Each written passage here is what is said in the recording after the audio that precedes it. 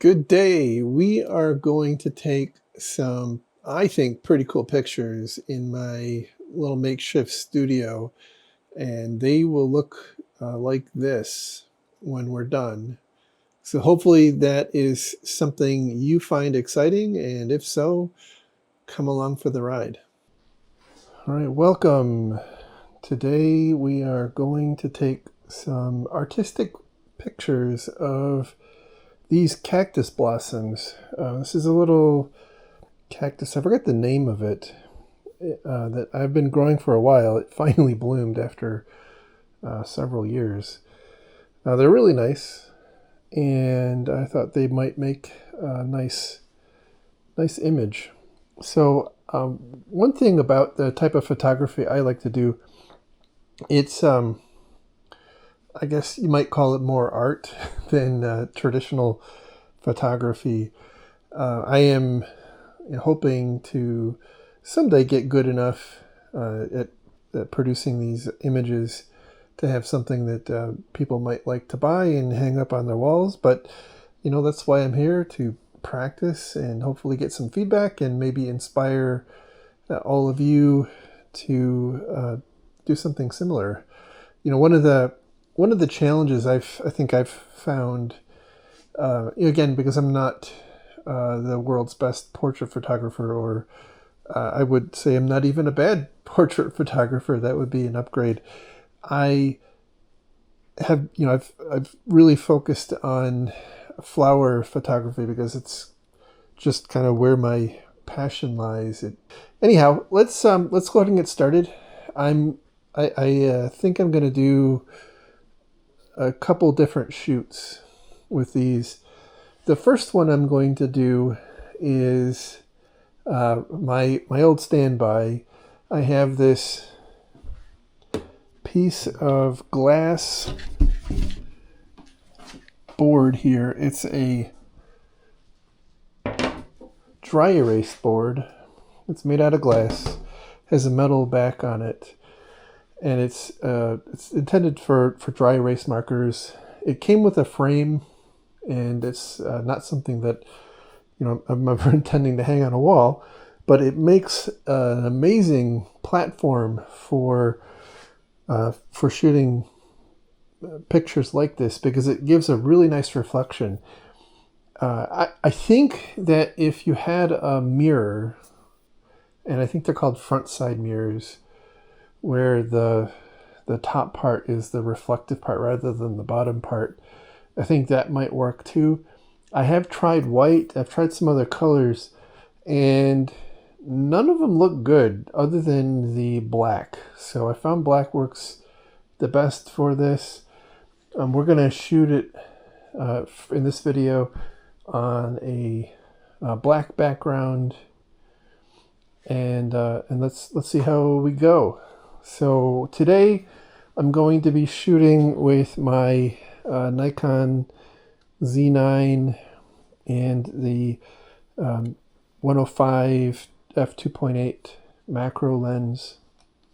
It's important to, by the way, when you're shooting like this, to have the lens hood on, especially with this particular lens, because you get a lot of bleed in from the strobes that we'll be using, and so it'll kind of wash out the image a bit, and it just doesn't look as good. So, and then we have some other tricks we can implement if that isn't enough. Like we have this, not even sure what to call it. It's a mask, I guess.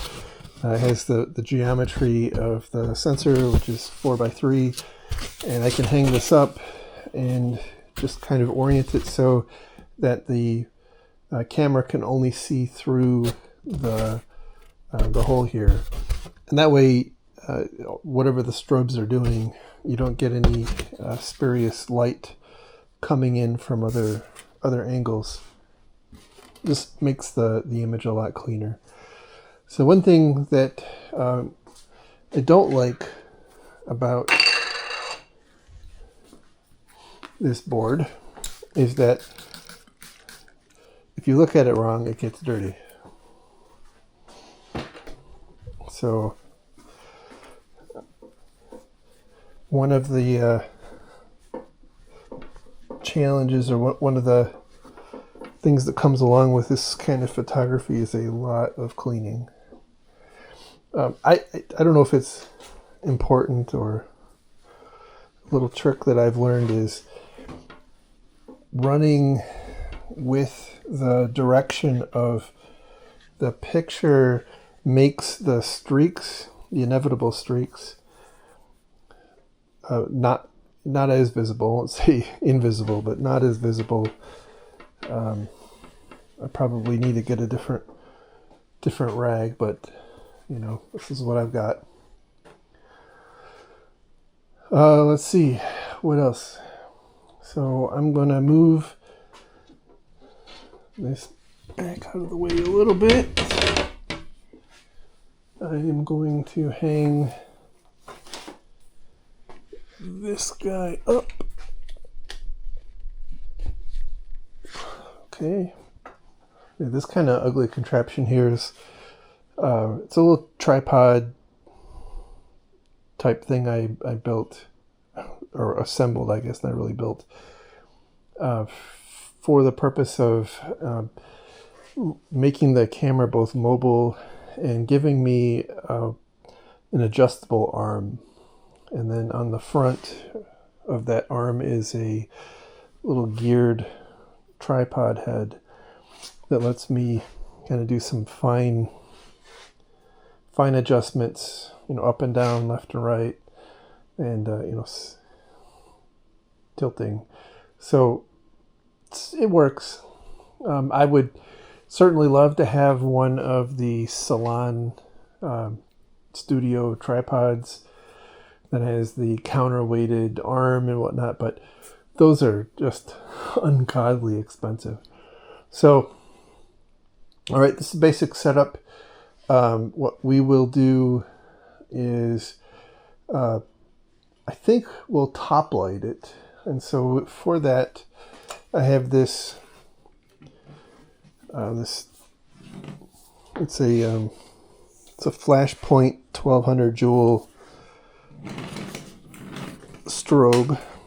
I have it on a C-stand. I have the C-stand weighted down with a little red, I think it's an 8-pound weight, helps it from tipping over, because this thing kind of cantilevers over top of the area I'm taking an image of. Once I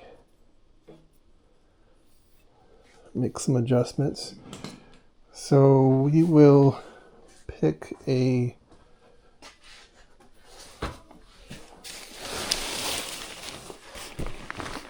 softbox here.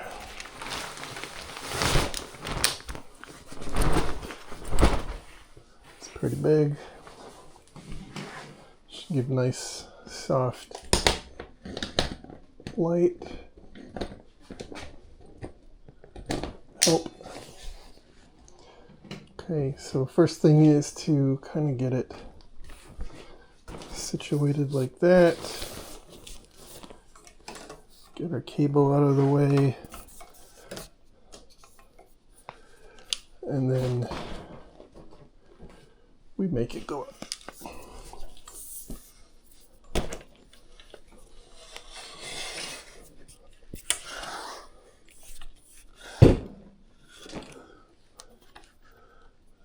I need some higher ceilings. Okay, so we're going to turn this thing on. It is not silent. Sorry about that. So that strobe is driven by this flash trigger. And right now I have it on TTL. That thing's on channel A. They're pretty nice. I know a lot of the higher end professional photographers are not big fans of Godox and Flashpoint stuff. But I found that they're kind of the price performance ratio is pretty good. like everybody seems to like the Pro Photo strobes, but holy moly, I think, that one was a huge stretch for me, and I think it was $1,500. And I think a similar Pro Photo one would be, many, many thousands. The little 8200s that I have, these are $300 units, and they're really, really flexible. They have lots of different attachments. Something like that would be, 3 or 4 times as much in the Pro Photo line. So, I can have a strobe that's less expensive or not. I spent my money on the lenses and the camera body. Although I did recently pick up, after my Nikon Z30 met an unfortunate end, I did pick up the Z50 Mark II, which is it's about $1,000, maybe a little less than $1,000. It's kind of hard to say with all the tariff nonsense. It's certainly a lot smaller, but I don't think it's a lot less capable. It's a crop sensor, so it's not a full frame. This is a full frame sensor. This is a crop sensor, but it has the same image processing engine as the big guy here, and it's a fun camera. It's light.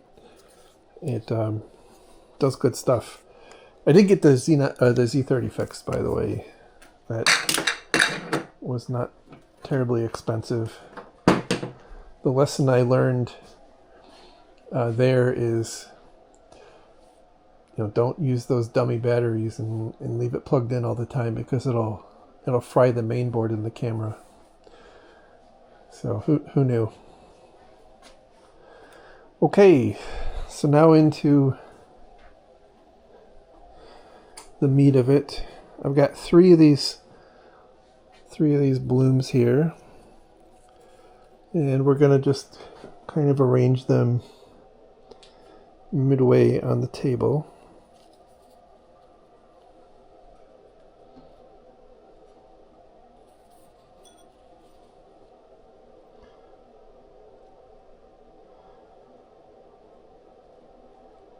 Unfortunately, I am a technologist at heart and not a creative, and so I kind of struggle with aspects of this, but that doesn't mean I am any less passionate about it. Okay, so what we're going to do now is get the camera situated.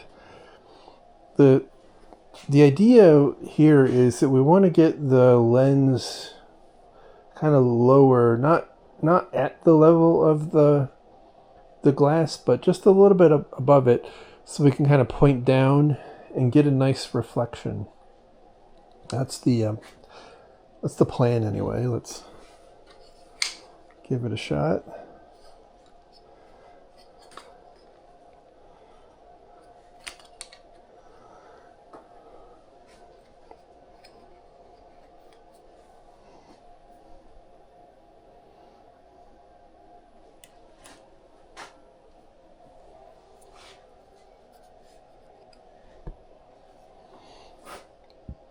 Okay.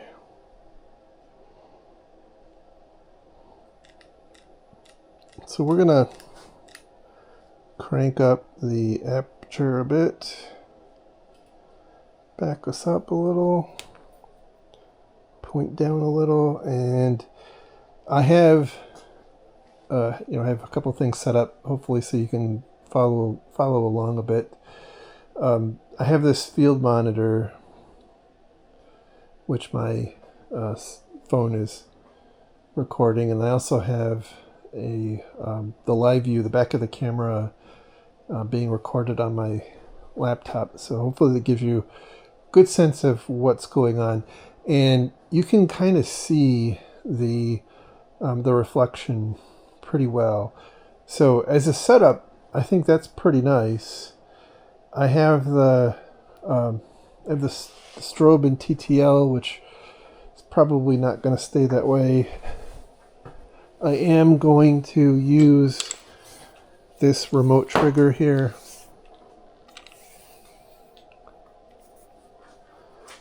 And the reason for that is to make sure the camera doesn't move. If I had one of those really fancy, $10,000 salon stands, I might not need this. But, here we are. So when I turn this on, I have to confirm. The cool thing about this thing right here, which really is intended to like mount onto the side of a larger rig to hold the camera, but I just kind of handhold it. It gives you basically access to all of the functions of the camera on the on this remote control. So I can focus, whereas like a normal wireless shutter release, or even the wired shutter releases, basically only allow you to take a picture. And I like this because it lets you do more. So all that said, we're focused in, we're at f20, ISO 64, 1/200th of a second, which is the sync speed for this camera. Let's see what we get.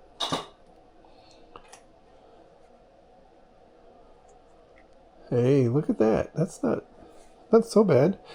The whites, might be a little bit deceptive on the image here, but the whites look a little bit washed out. So I'll just kind of decrease the exposure maybe a tiny little bit. Get my stand back together. See what that looks like. Oh, that's pretty nice.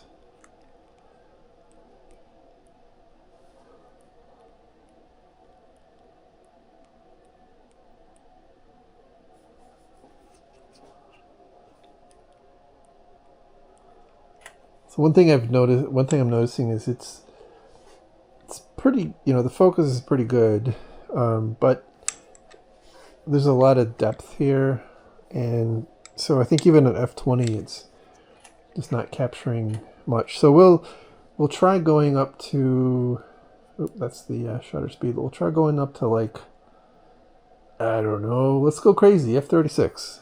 Let's try that.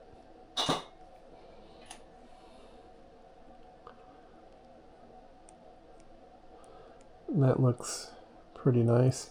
Now, when you're taking, at least when I take flower pictures, there's like a cheat code, and the cheat code is a squirt bottle. It, by the way, is good for two things. One is it makes your flowers look amazing. It also keeps the cats away, which is very important.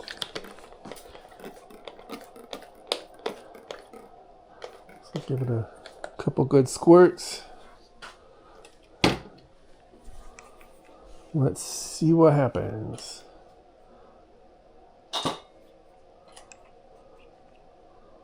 Oh, see, that looks pretty nice, doesn't it?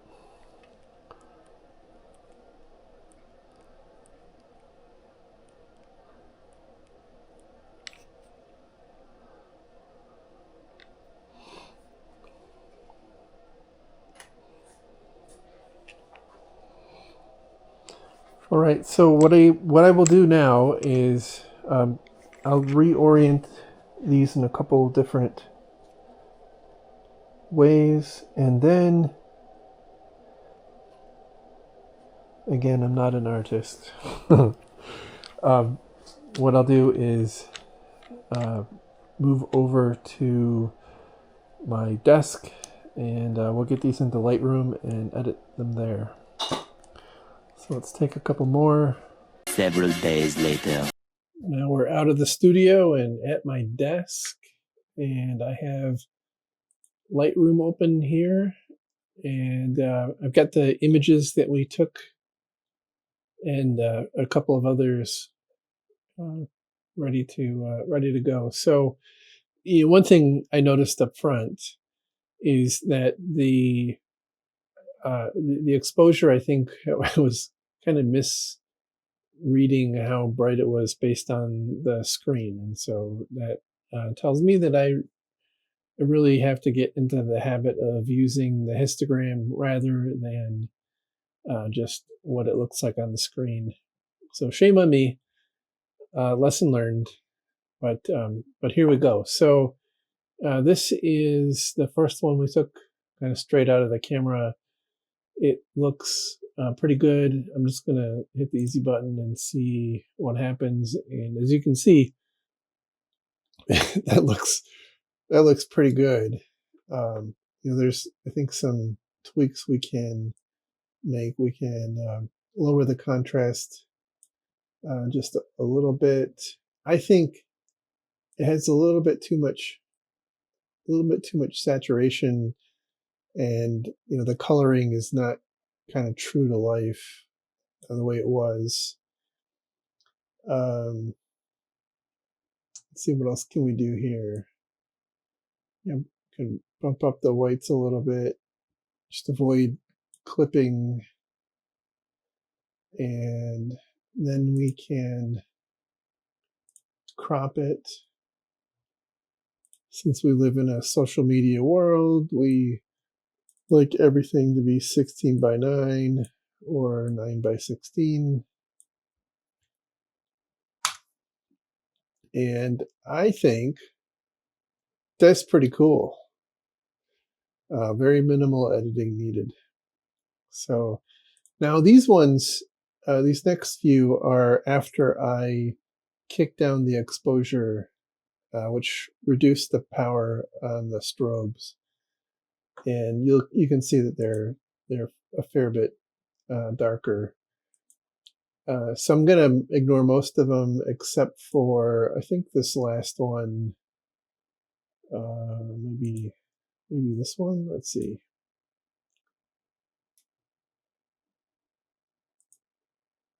Yeah, this one right here, where I sprayed it with water. And let's hit the easy button and see what we get. Certainly it's not as nice of an image for sure. But let's see what we can do. If we reduce the contrast a little bit,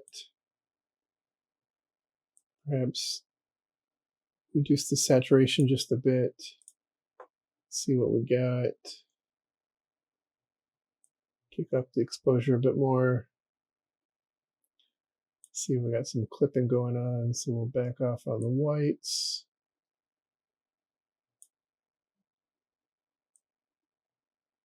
Pump up exposure more, down on the whites again. Maybe back on the saturation a little bit. And that looks pretty nice. Let's, again, crop it down.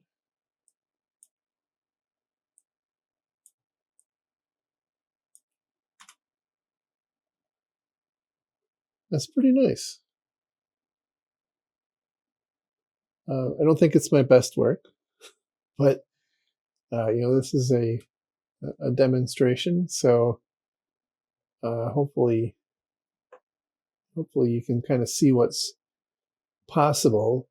Again, I think it's important to understand the value in that black surface, the black dry erase board. That's really where the magic happens. So anyhow, I hope you found this interesting. If you have any comments or questions, I'd love to hear them. I feel like I'm kind of out here on my own, with at least with this style here. So if you have any feedback on what you like, what you don't like, if you have any ideas, would love to hear them. And just appreciate you being here. And I hope you have a wonderful day. Thank you.